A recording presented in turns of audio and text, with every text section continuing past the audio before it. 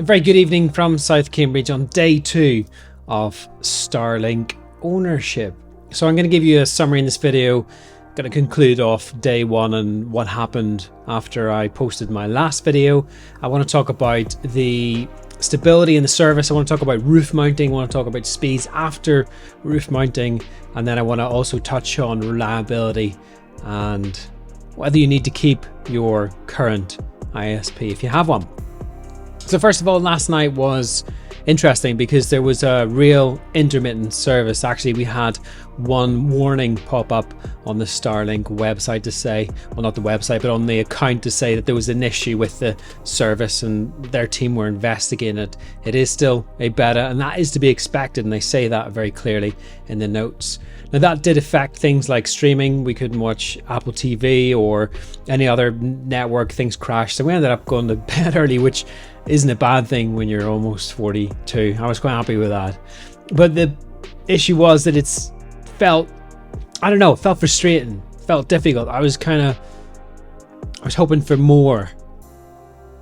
And I guess I went to bed maybe slightly disappointed because I was so excited about getting Starlink. And that brings me nicely into stability and service. Stability is an issue. It really fluctuates. This morning when I woke up, the speeds were flying and things were good, constant. Speed tests were constant. I think they're sitting around 90 meg down and 20 up. And it was constant. There was no packet loss. Ping was good. It was sitting about 28. But then that dropped as the morning went on. Nobody was here to use the service. It just started dropping and crashing. So I got to the point where I reached out to somebody on Facebook and said, can you help me out with my installation? I need to get this thing on the roof. So we did. So the installation went smoothly thanks to these two guys. They were really great.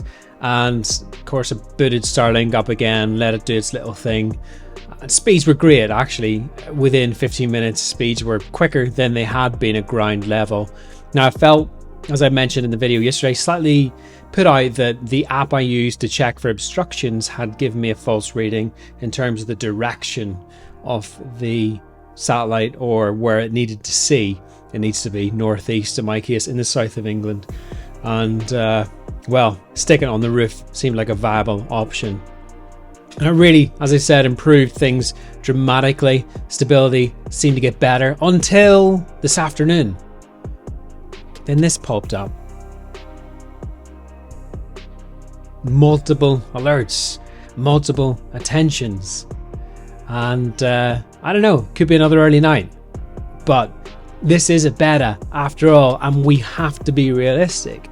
I mean, I absolutely want to champion this, and I do think it's potentially the future of broadband or communication. I feel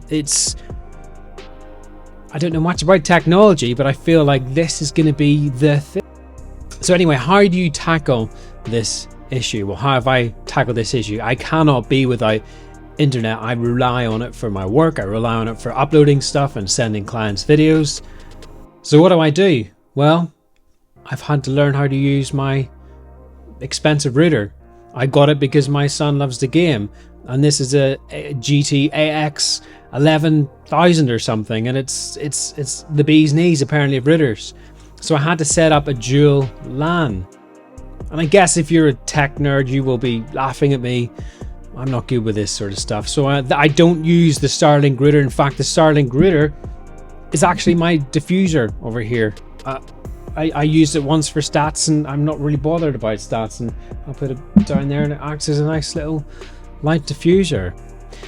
So I've set up a Dual-WAN on my router, and I don't know if it's working or not. I mean, internet dropped out a couple times today. It switched on to my other ISP, which is Zen, and they've been flawless for years, but they cannot provide the speeds that I need. So there you have it. That is day 2. So how would I conclude this 2-day journey? Highs and lows. Massively excited to get it. I mean, pumped like a kid at Christmas. And then reality.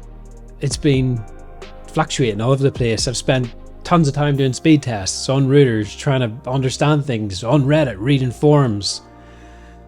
And it's been learning. I'm tired.